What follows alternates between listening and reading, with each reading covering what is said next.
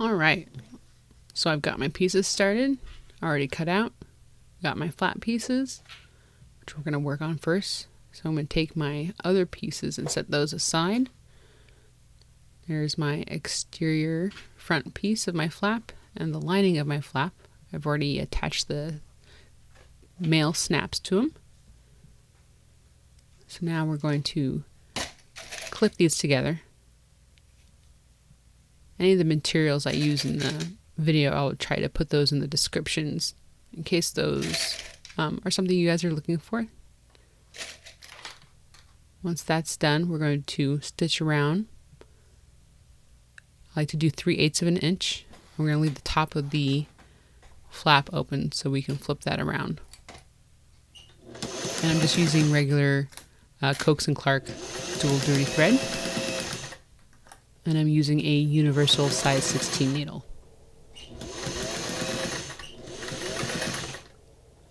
Alright, once you've completed that, I like to snip the curved corners of the flap to help reduce the bulk when we turn it right side out for our top stitching. So I do little snips all the way around, just the corner, and maybe 1 or 2 extra. And we're going to cut little snippets out of it so it's like a triangle.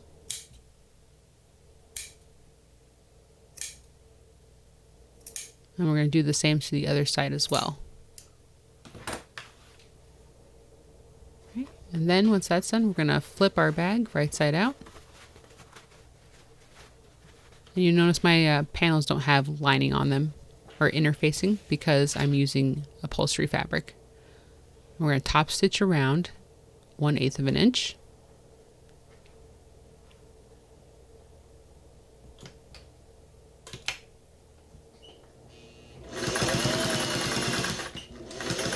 And once that's done, I like to base stitch the top of the panel. That way when we sew it on to the exterior of the bag, the fabric won't switch around or shift around.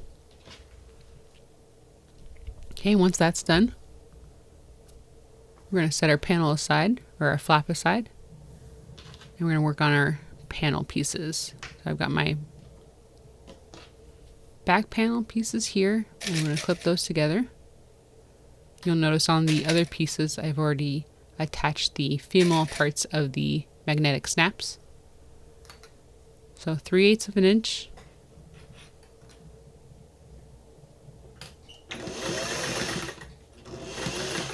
And the location of those snaps are going to be marked on the panel pieces, which will be linked in the description below, which will be free pattern pieces, by the way. Okay, so make sure that your panels are identical but mirrored. I'm going to make sure that the magnets are further out when we sew our pieces together. Okay, once our panels are together, we're going to top stitch. And to do that, I like to finger press the seam out.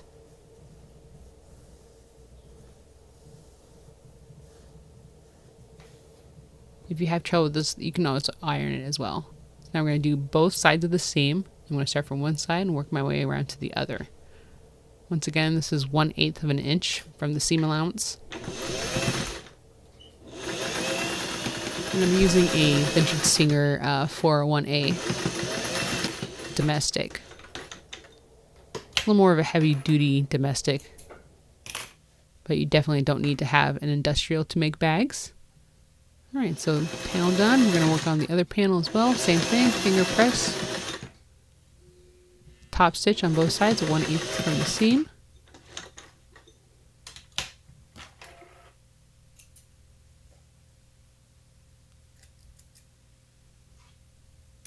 Now that that's done, we're going to work on our side panel. Clip any extra threads you want with your snips or your scissors. And I'm using black thread to contrast a little bit. So with the side panel, We're going to attach the strap connectors together. And because I'm using webbing, I burned the edges just a little bit to make sure that they don't fray. And I'm going to stitch the webbing together at 3/8 of an inch. I like to do lots of back and forth to help prevent fraying.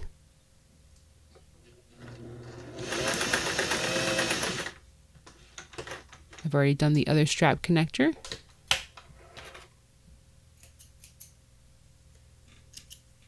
And now we're going to attach them to the tops of our panel.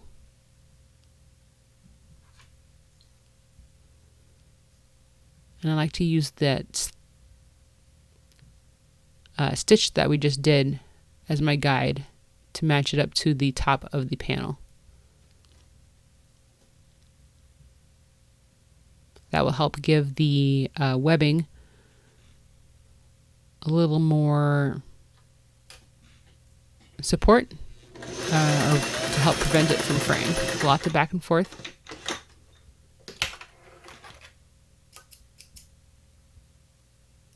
And we're going to do the same thing to the other side.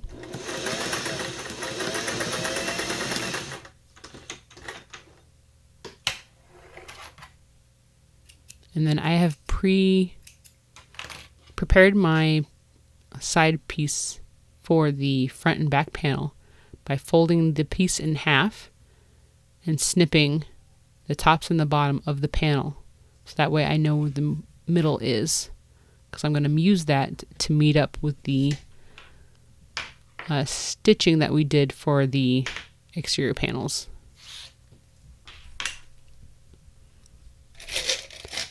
Okay, go ahead and clip those together. I like to start in the middle and the bottom, do a little bit towards the outside. Also from the middle of the notch, I will do snips about 1/4 of an inch on either side of that notch at 5 inches. And you'll see why when we get towards the corner here. It'll help make it easier to turn the panel. I'm going to snip it so it's more towards, closer towards 3/8 of an inch. Since our seam allowance is 3/8 of an inch, it'll help sewing our panels together. And you can always use fray check or some sort of fabric glue if you think it's going to be an issue with that little snip that we did. You can also do extra back and forth stitching when you get towards that little snip that we did.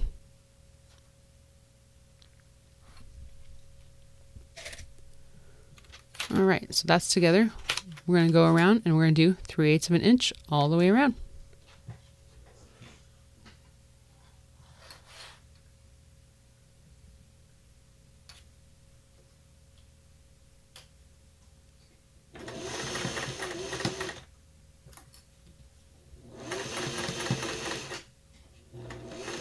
And once that's done, we're going to do the same thing with the other panel piece. When you attach that piece, either clipping it or pinning it to the side panel, you want to make sure that your magnetic snap is closer towards the bottom of the panel than the top. Otherwise, it will not line up with your flat piece right. There's the back and side finished. Now we're going to attach that front panel. And same thing, we're going to do 3/8 of an inch all the way around.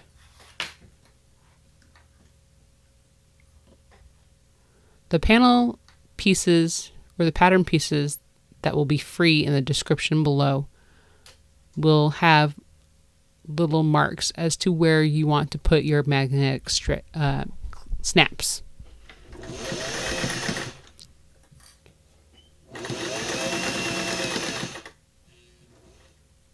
Okay, once that's done, our exterior will be finished, our body.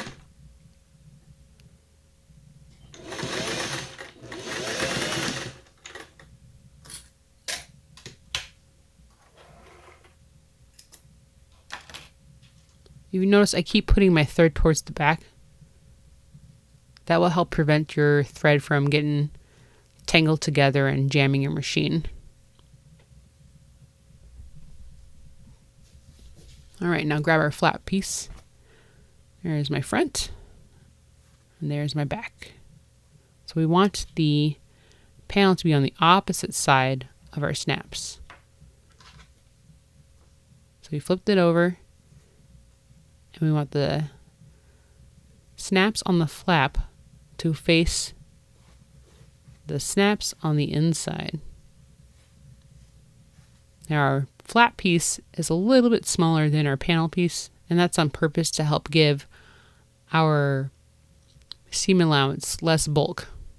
Because when you go to top stitch, you don't want a lot of bulk around the top. Okay, so we're going to clip that together.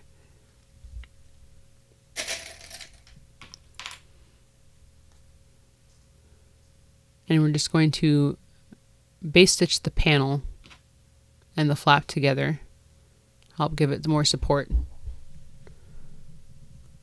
And I'm going to do 1/4 of an inch from the edge. Also, another reason to use clips is they come out, I think, a lot faster and easier than pins. Plus, if you drop one, you don't have to worry about accidentally stabbing your foot.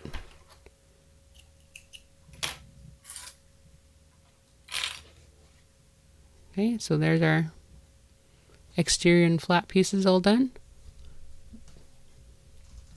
Now we're going to work on our lining piece.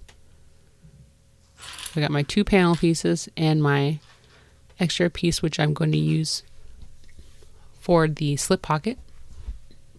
So I got my right side, hard to see, and my wrong side, and I'm going to fold it hamburger style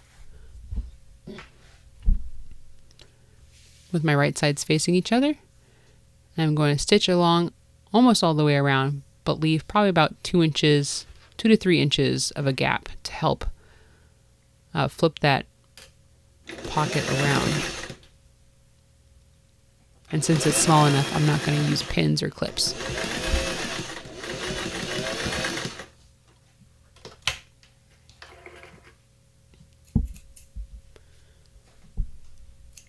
Okay, snip your extra threads.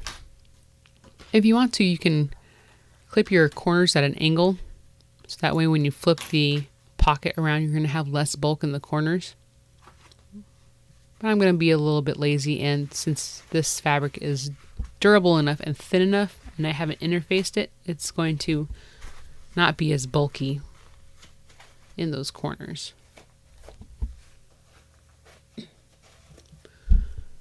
So if you have issues with turning something right side out when you got corners, use a pointer tool. I like to use a metal chopstick, just because it's a little bit longer, I think, than normal pointer tools.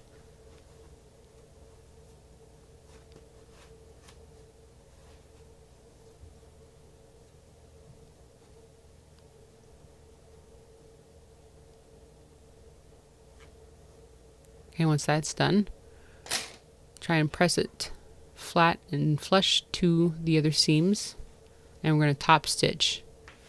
And that will be the top of my pocket. So I'm going to top stitch 1/8 of an inch.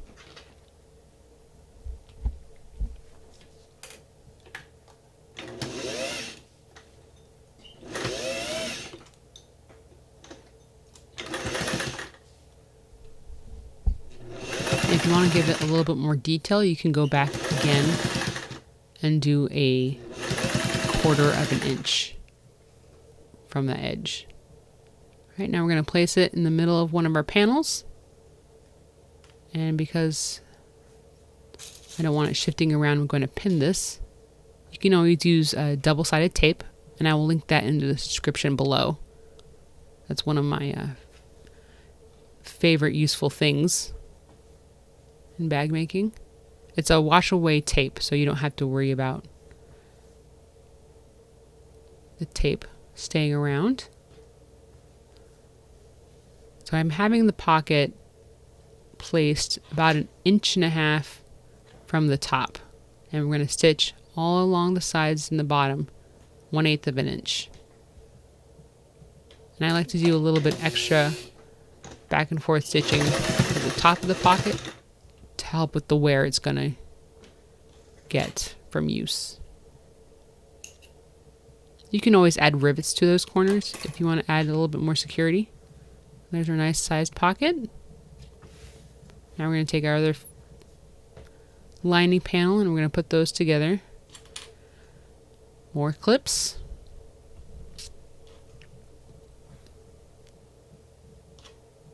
And same thing with the slip pocket. We're going to leave the middle of the bottom open. And this will be the birthing hole for when we turn the bag right side out. And I like to do 5 to 6 inches. I think it's enough space. 5 minimum. 6 I think is ideal, depending on also what kind of bag you are using or making. So along the side, almost into the middle.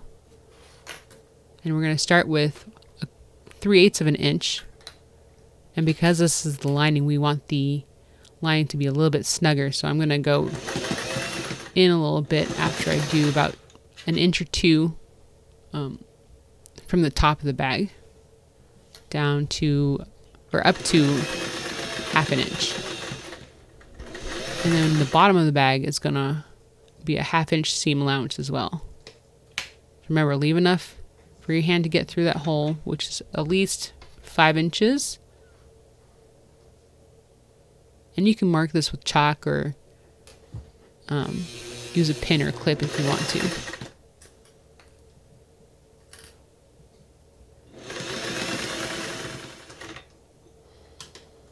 Okay, and that's done. Now we're going to take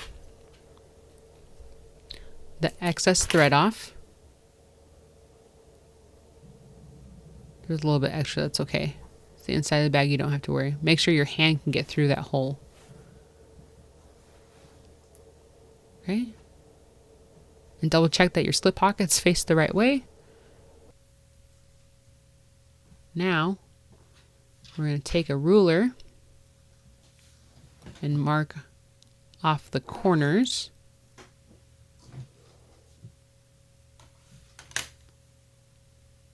And I'm just going to use a pencil, but we're going to mark at a 1 inch and 1/8 square.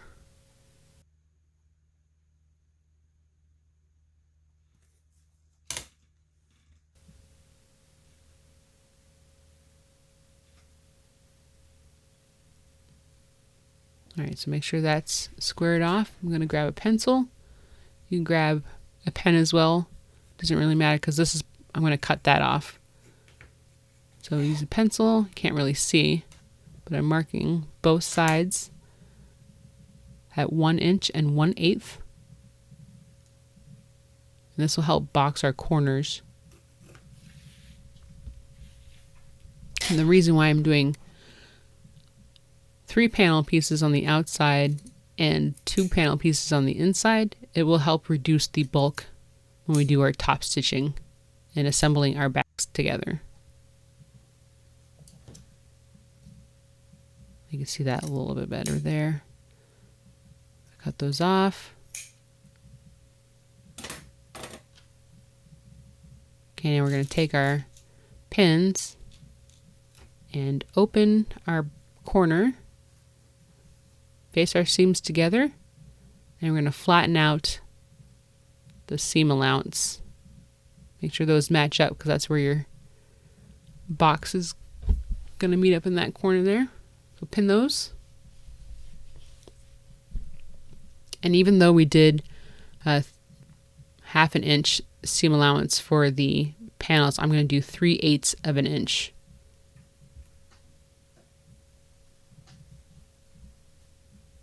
For the seam allowance.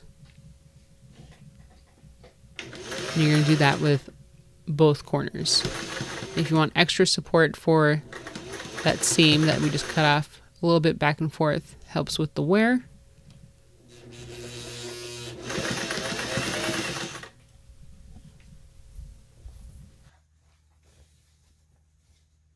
where both corners are done. Lining is complete.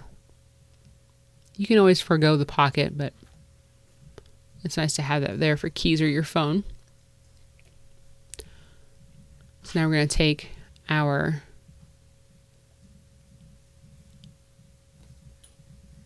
exterior piece and we're going to flip that right side out.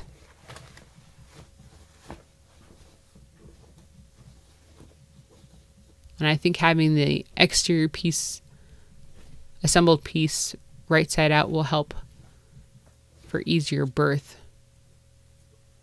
I could be wrong, but that's just what I like to do.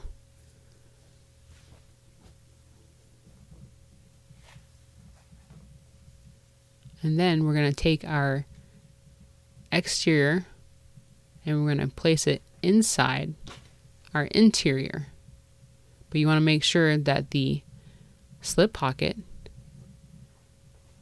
is on the same side as the flap. So you want your pieces should be matching up there. Now you want your lining seam to meet right in the middle of that strap connector. Don't cut that extra piece off from that strap connector. Remember, we want that for all the wear and extra support that our bag is going to get. If you cut it down too short or don't have enough extra for your strap, it will fray and then you have a sad bag. So just make sure, go around, pin everything, or sorry, clip everything.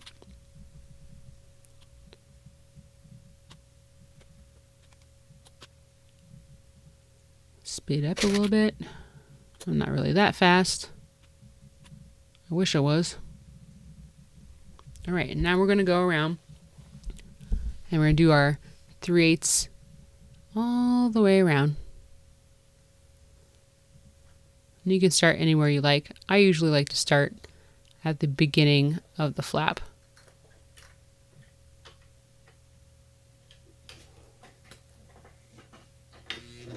Or on the flap side, I guess. And you notice I didn't backstitch because I'm going to do that when we come back around and go past that starting seam or starting stitch.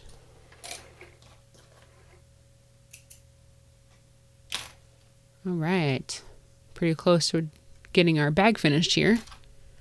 Snipping some extra threads. It doesn't really matter because it's the inside, but I like to do it. Okay, now I'm going to take the bottom of the exterior and start pulling that through the hole.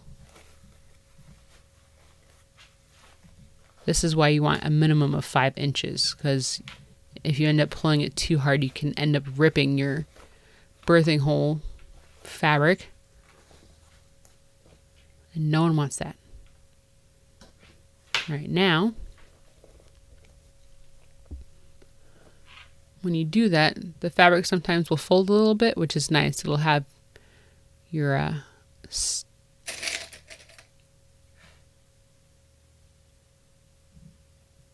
it'll have a nice little gauge as to where you're going to stitch that hole. And we're going to try and get as close as we can to that opening.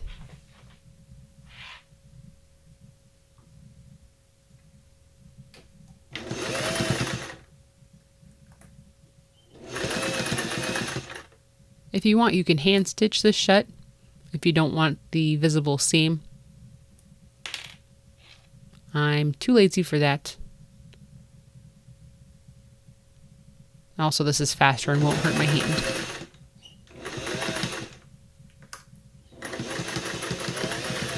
Once again, back and forth stitch on the beginning and the end. You can always add just a little bit of fray check if you want.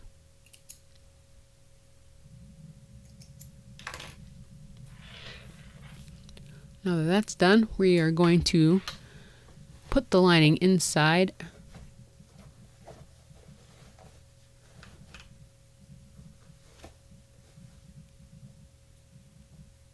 Another reason why I like to do the exterior assembly like we did, so that way we have less wrinkles when we flip it around. And now we're going to get our top stitch done.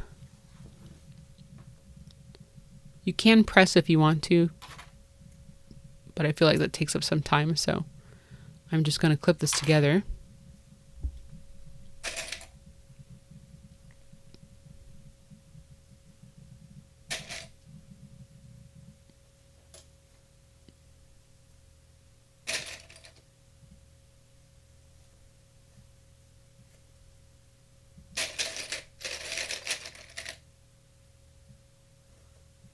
And the home stretch.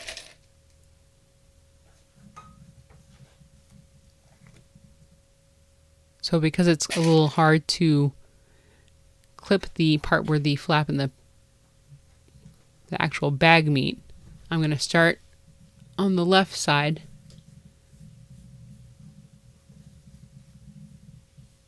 and go all the way around. Well, not that way, the other way. Once again, because of the top stitch, I'll do 1/8 of an inch.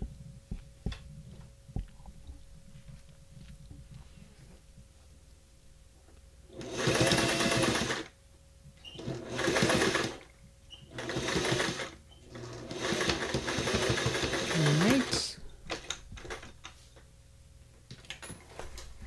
And now our bag is complete, minus the strap. So clip all your extra threads that you find, loose threads. Sometimes threads get out through the seams when you don't realize it. Ta-da.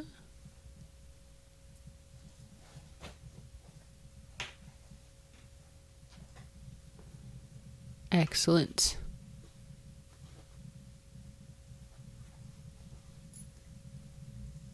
Also, before you start this project, make sure your magnetic snaps work. There you have it. There's the bag. Now we're going to set that aside and we're going to work on our strap. Oop, more thread. Okay.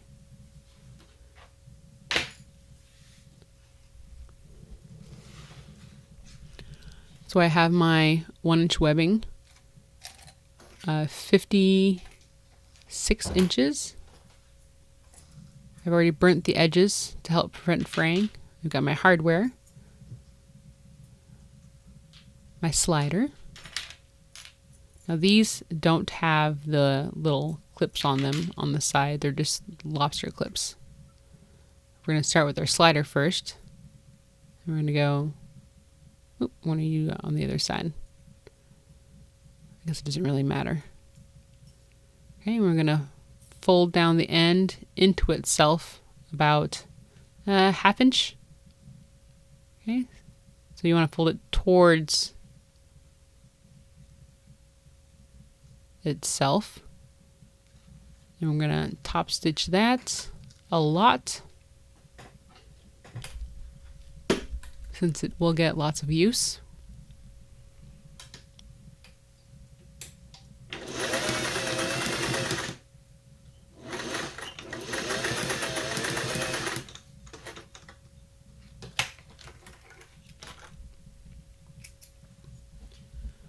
And then we're going to take one of our clips, or sorry, clasps. And because it pivots, it doesn't matter which way it goes on. But you do want to make sure when you put the strap through the slider, you want the seam or the end that we just sewed to be on the inside.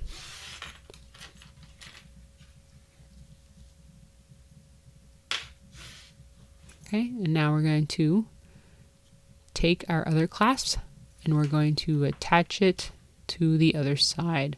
But you want to make sure that little fold that you're doing is on the same side as your slide piece. Okay, lots of top stitching again. Extra support for the wear. then once you're done with that, you're going to have lots of thread. Snip away.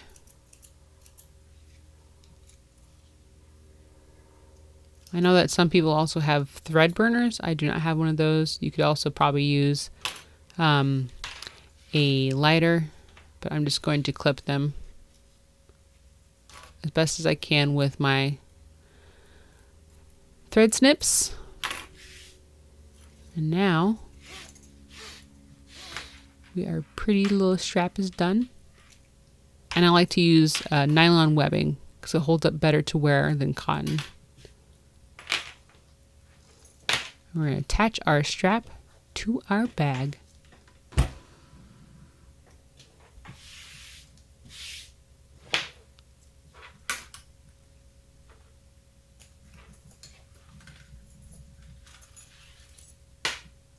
And there you have it, our wonderful mini messenger style bag. If you have any comments or questions, go ahead and leave those down below, and I will try and get those answered. And I hope to see you in the next video. Until then, happy sewing.